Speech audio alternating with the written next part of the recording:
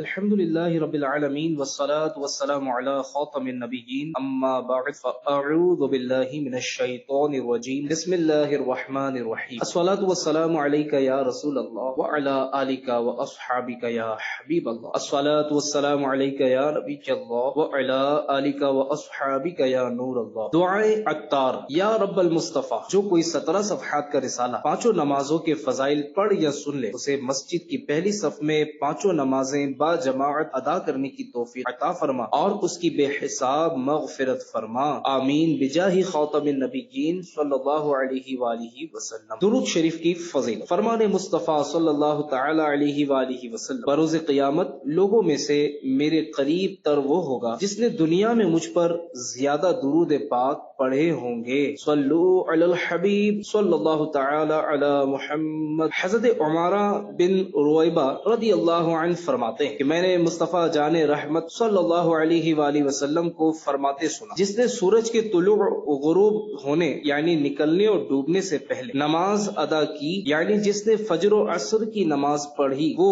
ہرگز جہنم میں داخل نہ ہوگا۔ حضرت مفتی احمد یار خان رحمت اللہ علیہ اس حدیث پاک کے تحت لکھتے ہیں اس کے دو مطلب ہو سکتے ہیں، ایک یہ کہ فجر و عصر کی پابندی کرنے والا دوزخ میں ہمیشہ رہنے کے لیے نہ جائے گا، اگر گیا تو عارضی یعنی وقتی طور پر، لہٰذا یہ حدیث اس حدیث کے خلاف نہیں کہ بعض لوگ قیامت میں نمازیں لے کر آئیں گے مگر ان کی نمازیں اہل حقوق یعنی جن کے حقوق پامال کیے ہوں گے ان کو دلوا دی جائیں گی۔ دوسرے یہ کہ فجر و عصر کی پابندی کرنے والوں کو انشاءاللہ باقی نمازوں کی بھی توفیق ملے گی اور سارے گناہوں سے بچنے کی بھی، کیونکہ یہی نمازیں نفس پر زیادہ بھاری ہیں۔ جب ان پر پابندی کر لی تو انشاءاللہ بقیہ نمازوں پر بھی پابندی کرے گا، لہٰذا اس حدیث پر یہ اعتراض نہیں کہ نجات کے لیے صرف یہ دو نمازیں ہی کافی ہیں، باقی کی ضرورت نہیں۔ خیال رہے کہ ان دونوں نمازوں میں دن رات کے فرشتے جمع ہوتے ہیں، نیز یہ دن کے کناروں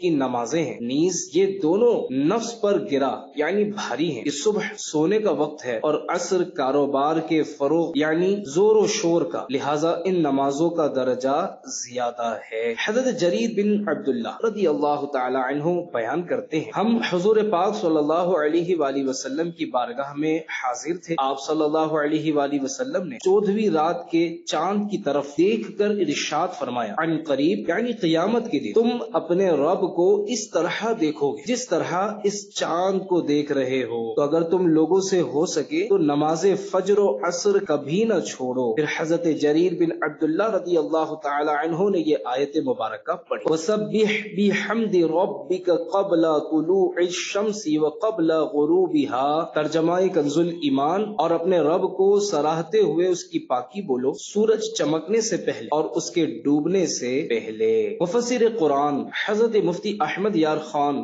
رحمت اللہ علیہ حدیث پاک کے اس حصے آپ صلی اللہ علیہ وسلم نے 14ویں رات کے چاند کی طرف دیکھا کے تحت فرماتے ہیں، یعنی خدائے رحمان کے چاند نے آسمان کے چاند کو دیکھا، ڈوبنے والے گہنے یعنی کم رونق والے چاند کو اس چاند نے دیکھا جو نہ غروب ہو نہ گہنے یعنی جو نہ ڈوبے اور نہ جس کی روشنی میں کمی آئے، ظاہر کے چمکانے والے چاند کو اس چاند نے دیکھا جو دل و جان روح و ایمان کو چمکاتا ہے، رات میں چمکنے والے چاند کو اس چاند نے دیکھا جو عبد الآباد تک یعنی ہمیشہ ہر وقت دن رات چمکتا ہے اور چمکے گا۔ میں کیا کہوں، مجھے الفاظ بھی نہیں ملتے۔ اللہم صلی وسلم وبارک علی بدر النبوۃ والشمس الرسال صلی اللہ علیہ وسلم۔ ترجمہ، اے اللہ درود و سلام بھیج اور برکت نازل فرما نبوت کے چاند اور رسالت کے سورج پر، یوں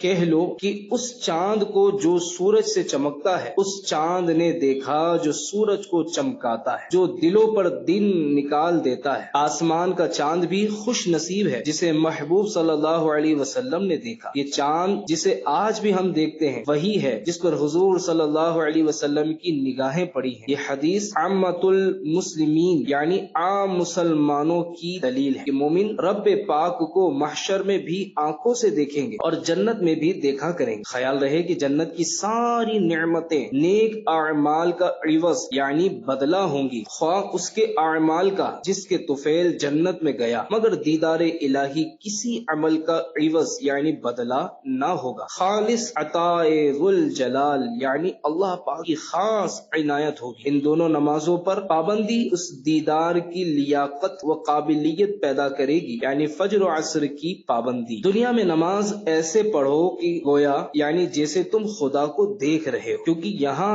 حجاب یعنی پردہ ہے، وہاں حجاب یعنی پردہ اٹھ جائے گا، گویا ختم ہو جائے گا۔ اسے دیکھ کر اس سے کلام کرو گے۔ حدیث پاک میں موجود آیت کریمہ کے تحت فرماتے ہیں، اس فرمان عالی سے معلوم ہوا کہ اس آیت میں تسبیح و تحمید یعنی اللہ پاک کی پاکی اور تعریف بیان کرنے سے مراد نماز ہے۔ چونکہ فجر و عصر کی نماز میں رات اور دن کے محافظ فرشتے جمع ہو جاتے ہیں، نیز فجر کی نماز سونے کی غفلت کا وقت اور نماز عصر کاروبار سیر و تفریح کی غفلت کا وقت۔ ان وجوہ ریزنز سے ان نمازوں کی تاکید زیادہ ہے۔ رب پاک فرماتا ہے ان قرآن الفجر کان مشہودا، ترجمہ کنز ایمان، بے شک صبح کے قرآن یعنی نماز میں فرشتے حاضر ہوتے ہیں۔ نماز عصر کے متعلق فرماتا ہے حافظوا علی الصلوات والصلاۃ الوسطی، ترجمہ کنز ایمان، نگہبانی کرو سب نمازوں اور بیچ کی نماز کی۔ تیرا دل کو جلوہ ماہ عرب درکار ہے، چودھویں کے چاند تیری چاندنی اچھی نہیں۔ الفاظ و معنی، تیرا دل اندھیرے میں ڈوبا ہوا دل، ماہ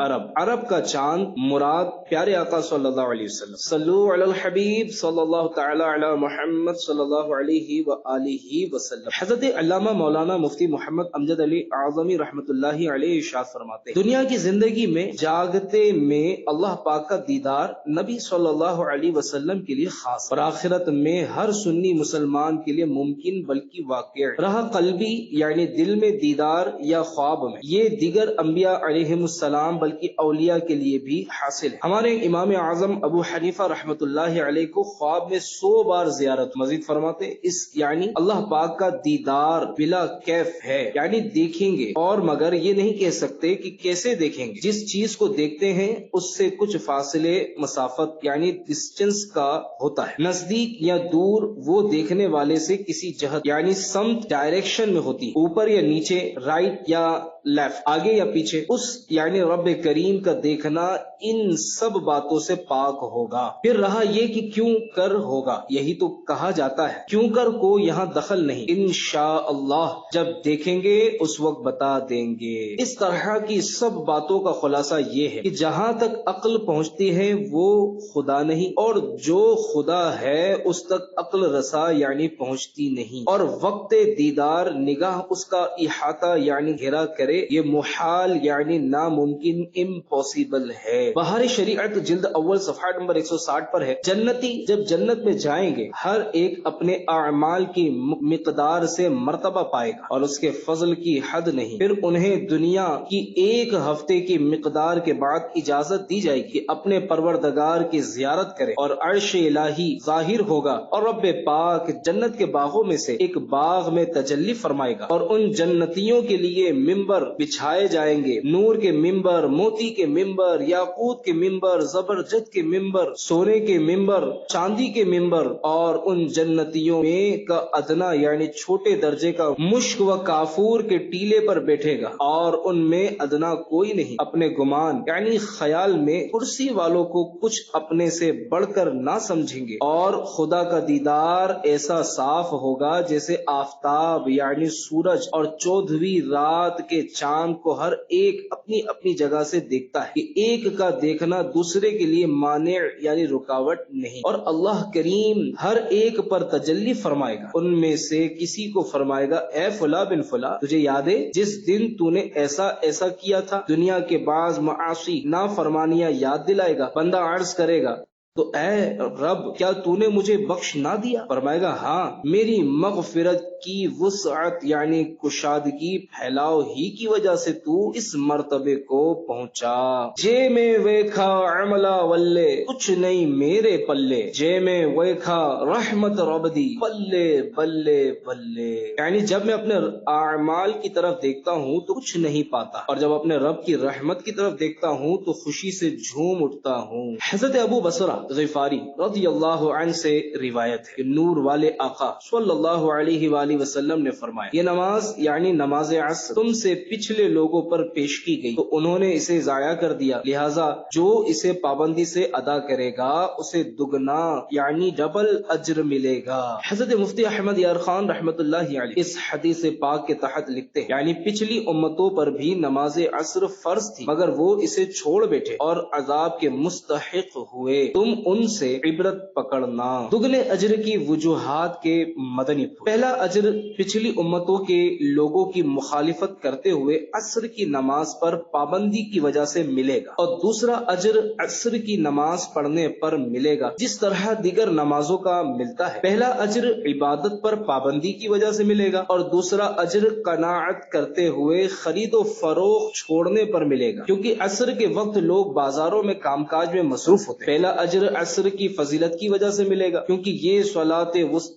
یعنی درمیانی نماز ہے، اور دوسرا اجر اس کی پابندی کے سبب ملے گا۔ تابعی بزرگ حضرت ابو الملیح رحمت اللہ علیہ بیان کرتے ہیں ایک ایسے روز کے بادل چھائے ہوئے تھے، ہم صحابی رسول حضرت بریدہ رضی اللہ عنہ کے ساتھ جہاد میں تھے، آپ نے فرمایا نماز عصر میں جلدی کرو، کیونکہ سرکار دو عالم صلی اللہ علیہ وسلم نے ارشاد فرمایا ہے کہ جس نے نماز عصر چھوڑ دی اس کا عمل ضبط ہو گیا۔ حضرت مفتی احمد یار خان رحمت اللہ علیہ اس حدیث پاک کے تحت لکھتے ہیں غالباً عمل سے مراد وہ دنیاوی کام ہے جس کی وجہ سے اس نے نماز عصر چھوڑی، اور ضبطی سے مراد اس کام کی برکت کا ختم ہونا، یا یہ مطلب ہے کہ جو عصر چھوڑنے کا عادی ہو جائے اس کے لیے اندیشہ یعنی خطرہ ہے کہ وہ کافر ہو کر مرے، جس سے اعمال ضبط یعنی برباد ہو جائیں۔ البتہ اس کا مطلب یہ نہیں کہ عصر چھوڑنا کفر و ارتداد ہے۔ خیال رہے کہ نماز عصر کو قرآن کریم میں بیچ کی نماز فرما کر اس کی بہت تاکید فرمائی، نیز اس وقت رات و دن کے فرشتوں کا اجتماع یعنی جمع ہونا ہوتا ہے، اور یہ وقت لوگوں کی سیر و تفریح اور تجارتوں کے فروغ یعنی پڑھنے اور مصروفیت کا وقت ہے، اس لیے اکثر لوگ عصر میں سستی کر جاتے ہیں۔ ان وجوہ ریزنز سے قرآن شریف نے بھی عصر کی بہت تاکید فرمائی، اور حدیث شریف میں بھی۔ عارف باللہ ابو العباس حرثی رحمت اللہ علیہ نماز عصر کی تیاری اس وقت سے شروع کر دیتے جب ظہر کا وقت ختم ہونے میں 40 منٹ باقی ہو۔ آپ کی تیاری کا طریقہ یہ ہوتا کہ نگاہیں جھکائے مراقبے میں مشغول ہو جاتے اور وسوسوں سے استغفار کرتے رہتے، اور ایسا اس لیے کرتے تاکہ آپ پر عصر کا وقت اس حالت میں آئے کہ بارگاہ الہی میں حاضری سے آپ کے سامنے کوئی رکاوٹ نہ ہو۔ پیارے پیارے اسلامی بھائیوں، نمازوں کی اہمیت اپنے دلوں میں اجاگر کرنے، ہر نماز اہتمام کے ساتھ اپنے وقت کے اندر با جماعت پڑھنے اور دوسروں کو نمازوں کے لیے تیار کرنے کی سوچ بنانے کے لیے دعوت اسلامی کے دینی ماحول سے منسلک رہیے۔ آئیے نمازی بننے بنانے کے متعلق ایک مدنی بہار سنتے ہیں۔ ایک اسلامی بھائی جو کہ اسکول کے طالب علم تھے، کسی مبلغ دعوت اسلامی نے مکتبۃ المدینہ سے جاری ہونے والے بیان کا کیسٹ بے نمازی کی سزائیں پیش کیا۔ ان کے بقول گھر میں والد صاحب کے علاوہ کوئی نماز نہیں پڑھتا تھا۔ بہرحال انہوں نے وہ کیسٹ گھر میں چلایا، والد صاحب نے بھی وہ بیان سنا اور گھر والوں کو بار بار اس بیان کو سننے کی ترغیب۔ اس بیان کی برکت سے اس اسلامی بھائی کے گھر والے نمازی بن گئے، غوث پاک رحمت اللہ علیہ کے مرید بھی بنے۔ پھر ایک وقت وہ آیا کہ الحمدللہ ان کے گھر میں اسلامی بہنوں کا ہفتہ وار سنت و بھرا اجتماع بھی ہونے لگا۔ ان کے بھائی دعوت اسلامی کے نعت خواں بھی بنے اور جامعۃ المدینہ میں درس نظامی کے طالب علم بھی، جبکہ ان کے دو چچا زاد بھائی دعوت اسلامی کے مدرسۃ المدینہ میں حفظ قرآن کی سعادت پانے لگے۔ یقیناً مقدر کا وہ ہے سکندر جسے خیر سے مل گیا مدنی ماحول۔ صلو علی الحبیب صلی اللہ تعالی علی محمد۔ صحابی ابن صحاب حضرت عبداللہ بن عمر رضی اللہ عنہما سے روایت کہ اللہ پاک کے پیارے رسول صلی اللہ علیہ وآلہ وسلم نے ارشاد فرمایا جس کی نماز عصر نکل گئی یعنی جو جان بوجھ کر نماز عصر چھوڑے گویا اس کے اہل و عیال و مال وطر ہو یعنی چھین لیے گئے۔ حضرت علامہ ابو سلیمان خطابی شافعی رحمت اللہ علیہ فرماتے ہیں وطر کا معنی ہے نقصان ہونا یا چھین جانا، بس جس کے بال بچے اور مال چھین گئے یا اس کا نقصان ہو گیا گویا وہ اکیلا رہ گیا۔ لہذا نماز کے فوت ہونے سے انسان کو اس طرح ڈرنا چاہیے جس طرح وہ اپنے گھر کے افراد اور مال و دولت کے جانے یعنی برباد ہونے سے ڈرتا ہے۔ حضرت جابر بن عبداللہ رضی اللہ عنہ سے روایت کہ رحمت عالم صلی اللہ علیہ وسلم کا فرمان معظم ہے، جب مرنے والا قبر میں داخل ہوتا ہے تو اسے سورج ڈوبتا ہوا معلوم ہوتا ہے، تو وہ آنکھیں ملتا ہوا بیٹھتا ہے اور کہتا ہے مجھے چھوڑ دو، میں نماز پڑھ لوں۔ مفتی احمد یار خان رحمت اللہ علیہ حدیث پاک کے اس حصے سورج ڈوبتا ہوا معلوم ہوتا ہے کے تحت فرماتے ہیں یہ احساس منکر نکیر کے جگانے پر ہوتا ہے، خواہ دفن کسی وقت ہو، چونکہ نماز عصر کی زیادہ تاکید ہے اور آفتاب یعنی سورج کا ڈوبنا اس کا وقت جاتے رہنے کی دلیل ہے، اس لیے یہ وقت دکھایا جاتا ہے۔ حدیث کے اس حصے مجھے چھوڑو میں نماز پڑھ لوں کے تحت لکھتے ہیں یعنی اے فرشتوں سوالات بعد میں کرنا، عصر کا وقت جا رہا ہے، مجھے نماز پڑھ لینے دو۔ یہ وہی کہے گا جو دنیا میں نماز عصر کا پابند تھا، اللہ نصیب کرے۔ اسی لیے رب فرماتا ہے حافظوا علی الصلوات والصلاة الوسطی، ترجمہ کنز ایمان، نگہبانی یعنی حفاظت کرو سب نمازوں اور بیچ کی نماز کی یعنی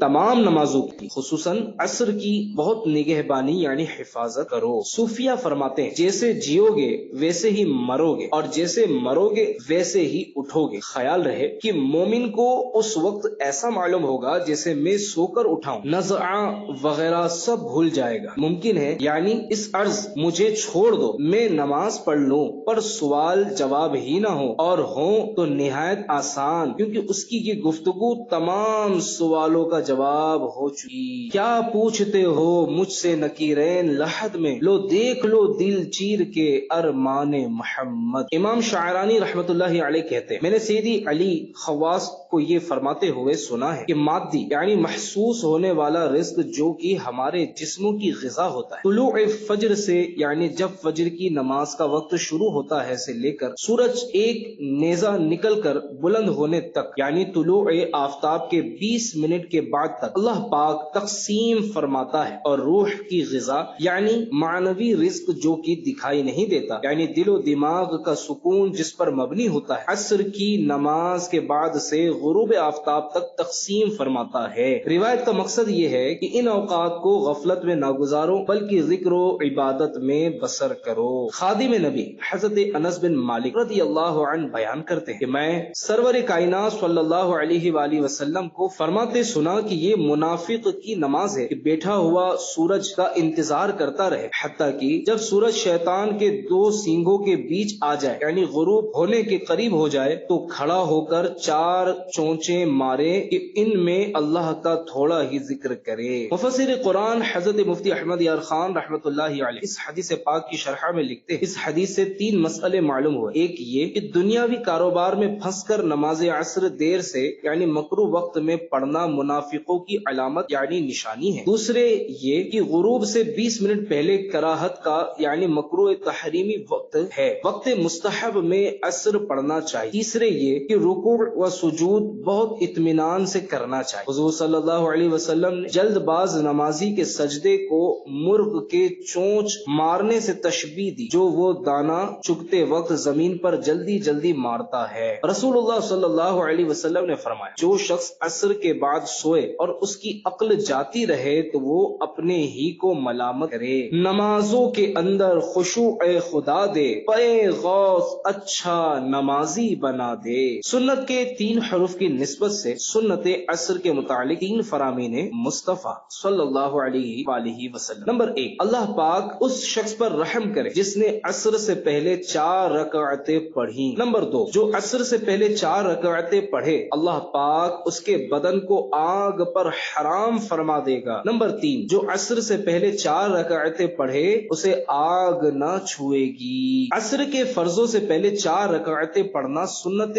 غیر مؤکدہ ہے اس میں، اور عشاء کے فرضوں سے پہلے کی 4 سنتوں میں پہلی اور تیسری رکعت کے شروع میں ثنا، اعوذ اور بسم اللہ پڑھیے۔ دوسری اور چوتھی رکعت کے بعد قاعدہ فرض ہے، دونوں قاعدوں میں التحیات کے بعد درود ابراہیم و دعا بھی پڑھیے۔ 4 غیر مؤکدہ سنتیں شروع کرنے کے بعد جماعت کھڑی ہو جانے کی صورت میں 2 رکعت پر سلام پھیر کر جماعت میں شامل ہو جائے، مگر ظہر و جمعہ کی سنت قبلیہ یعنی فرضوں سے پہلے پڑھی جانے والی 4 سنتوں میں 4 رکعت پوری کر لیجئے۔ اس مسئلے کی تفصیلی معلومات فتویٰ رضویہ جلد 8 صفحہ نمبر 129 تا 136 پر دیکھی جا سکتی ہے۔ مغرب کی نماز کے فضائل، مقبول حج و عمرہ کا ثواب۔ خادم نبی حضرت انس رضی اللہ عنہ سے روایت، سرور دو عالم صلی اللہ علیہ وسلم کا فرمان علی شان ہے، جس نے مغرب کی نماز جماعت کے ساتھ ادا کی اس کے لیے مقبول حج و عمرہ کا ثواب لکھا جائے گا، اور وہ ایسا ہے گویا یعنی جیسے اس نے شب قدر میں قیام کیا۔ مغرب کے فرضوں کے بعد 6 رکعتیں، 2 فرامین مصطفیٰ صلی اللہ علیہ وسلم۔ نمبر 1، جو شخص مغرب کے بعد 6 رکعتیں پڑھے اور ان کے درمیان میں کوئی بری بات نہ کہے تو 12 برس کی عبادت کے ثواب کے برابر کی جائے گی۔ نمبر 2، جو مغرب کے بعد 6 رکعتیں پڑھے اس کے گناہ بخش دیے جائیں گے اگرچہ سمندر کے جھاگ برابر ہو۔ نماز اوابین کا طریقہ، مغرب کی 3 رکعتیں فرض پڑھنے کے بعد 6 رکعتیں ایک ہی سلام سے پڑھیے۔ ہر 2 رکعت پر قاعدہ کیجیے اور اس میں التحیات، درود ابراہیم اور دعا پڑھیے۔ پہلی، تیسری اور 5ویں رکعت کی ابتدا میں ثنا، تعوذ و تسمیہ یعنی ثنا، اعوذ اور بسم اللہ بھی پڑھیے۔ چھٹی رکعت کے قاعدے کے بعد سلام پھیر دیجیے۔ پہلی 2 رکعتیں سنت موقدہ ہوئیں اور باقی 4 نوافل۔ یہ ہے اوابین یعنی توبہ کرنے والوں کی نماز۔ چاہے تو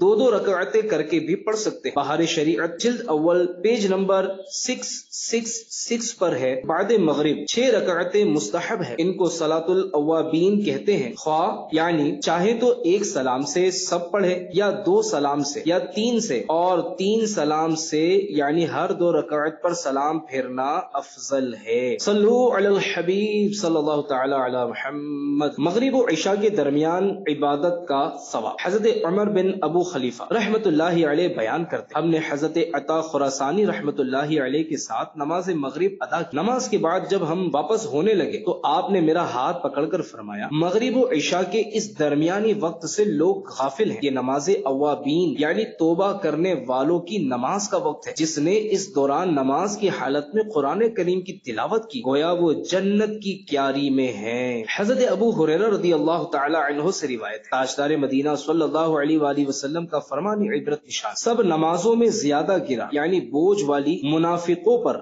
نماز عشاء و فجر ہے، اور جو ان میں فضیلت ہے اگر جانتے تو ضرور حاضر ہوتے، اگرچہ سرین یعنی بیٹھنے میں بدن کا جو حصہ زمین پر لگتا ہے اس کے بل گھسیٹتے ہوئے یعنی جیسے بھی ممکن ہوتا آتے۔ حضرت مفتی احمد یار خان رحمت اللہ علیہ اس حدیث پاک کی شرح میں لکھتے ہیں، کیونکہ منافق صرف دکھاوے کے لیے نماز پڑھتے ہیں اور وقتوں میں تو خیر جیسے تیسے پڑھ لیتے ہیں، مگر عشاء کے وقت نیند کا غلبہ، فجر کے وقت نیند کی لذت انہیں مست کر دیتی۔ اخلاص و عشق نماز تمام مشکلوں کو حل کرتے ہیں، وہ ان میں ہے نہیں، لہٰذا یہ 2 نمازیں انہیں بہت گرا یعنی بہت بڑا بوجھ معلوم ہوتی۔ اس سے معلوم ہوا کہ جو مسلمان ان دونوں نمازوں میں سستی کرے وہ منافقوں کے سے کام کرتا ہے۔ تابعی بزرگ حضرت سعید بن مسیب رحمت اللہ علیہ سے مروی ہے، سرور دو عالم صلی اللہ علیہ وآلہ وسلم کا فرمان عبرت نشان ہے، ہمارے اور منافقین کے درمیان علامت یعنی پہچان عشاء و فجر کی نماز میں حاضر ہونا ہے، کیونکہ منافقین ان نمازوں میں آنے کی طاقت نہیں رکھتے۔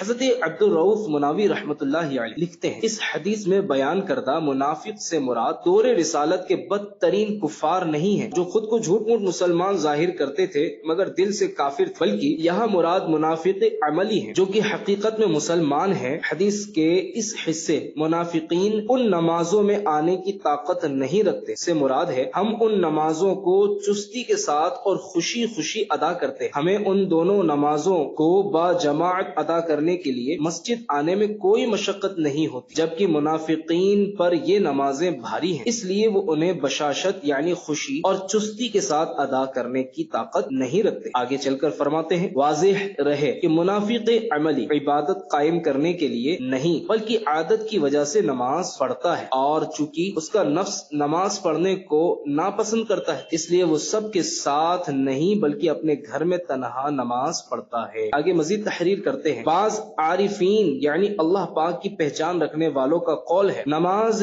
فجر با جماعت پابندی سے پڑھنے سے دنیا کے مشکل کام آسان ہو جاتے ہیں، نماز عصر و عشاء میں میں جماعت کی پابندی سے زہد پیدا ہوتا، یعنی دنیا سے بے رغبتی نصیب ہوتی، خواہشات کی پیروی سے نفس باز رہتا ہے۔ حضور اکرم صلی اللہ علیہ وآلہ وسلم فرماتے ہیں جو نماز عشاء سے پہلے سوئے اللہ پاک اس کی آنکھ کو نہ سلائے۔ امیر المومنین حضرت عمر فاروق اعظم رضی اللہ عنہ نے اپنے حکام کو ایک فرمان لکھا جس میں یہ بھی ہے کہ جو عشاء سے پہلے جو سو جائے اس کی آنکھیں نہ سوئے۔ سیدنا فاروق اعظم رضی اللہ عنہ کے فرمان کے متعلق مفتی احمد یار خان رحمۃ اللہ علیہ لکھتے ہیں جناب فاروق اعظم رضی اللہ عنہ کی یہ دعائیں ضرر، اظہار غضب یعنی ناراضی ظاہر کرنے کے لیے خیال رہے کہ نماز عشاء سے پہلے سو جانا اور عشاء کے بعد بلا ضرورت جاگتے رہنا یہ دونوں ہی کام سنت کے خلاف اور نبی صلی اللہ علیہ وسلم کو ناپسند، لیکن نماز سے پہلے سو کر نماز ہی نہ پڑھنا اور ایسے ہی عشاء کے بعد جاگ کر فجر قضا کر دینا حرام ہے، کیونکہ حرام کا ذریعہ بھی حرام ہوتا ہے۔ بہار شریعت میں ہے دن کے ابتدائی حصے میں سونا یا مغرب و عشاء کے درمیان میں سونا مکروہ ہے۔ عشاء کے بعد گفتگو کرنے کی تین صورت: نمبر 1 علمی گفتگو، کسی سے مسئلہ پوچھنا یا اس کا جواب دینا یا اس کی تحقیق و تفتیش کرنا، اس قسم کی گفتگو سونے سے افضل ہے۔ نمبر 2 جھوٹے قصے کہانی کہنا، مسخرہ پن اور ہنسی مذاق کی باتیں کرنا یہ مکروہ ہے۔ نمبر 3 موانست کی بات چیت کرنا، جیسے میاں بیوی میں یا مہمان سے اس کے انس کے لیے کلام کرنا یہ جائز ہے۔ اس قسم کی باتیں کریں تو آخر میں ذکر الہی میں مشغول ہو جائے اور تسبیح و استغفار پر کلام کا خاتمہ ہونا چاہیے۔ نمازوں کے ناموں کی وجہ: فجر کا معنی صبح ہے، چونکہ فجر کی نماز صبح کے وقت پڑھی جاتی ہے اس لیے اس نماز کو فجر کی نماز کہا جاتا ہے۔ ظہر کا ایک معنی ہے ظہیرہ یعنی دوپہر، چونکہ یہ نماز دوپہر کے وقت پڑھی جاتی ہے اس لیے اسے ظہر کی نماز کہا جاتا ہے۔ عصر کا معنی ہے دن کا آخری حصہ، چونکہ یہ نماز اسی وقت میں ادا کی جاتی ہے اس لیے اس نماز کو عصر کی نماز کہا جاتا ہے۔ مغرب کا معنی سورج غروب ہونے کا وقت ہے، چونکہ مغرب کی نماز سورج کے غروب ہونے کے بعد ادا کی جاتی ہے اس لیے اس نماز کو مغرب کی نماز کہا جاتا ہے۔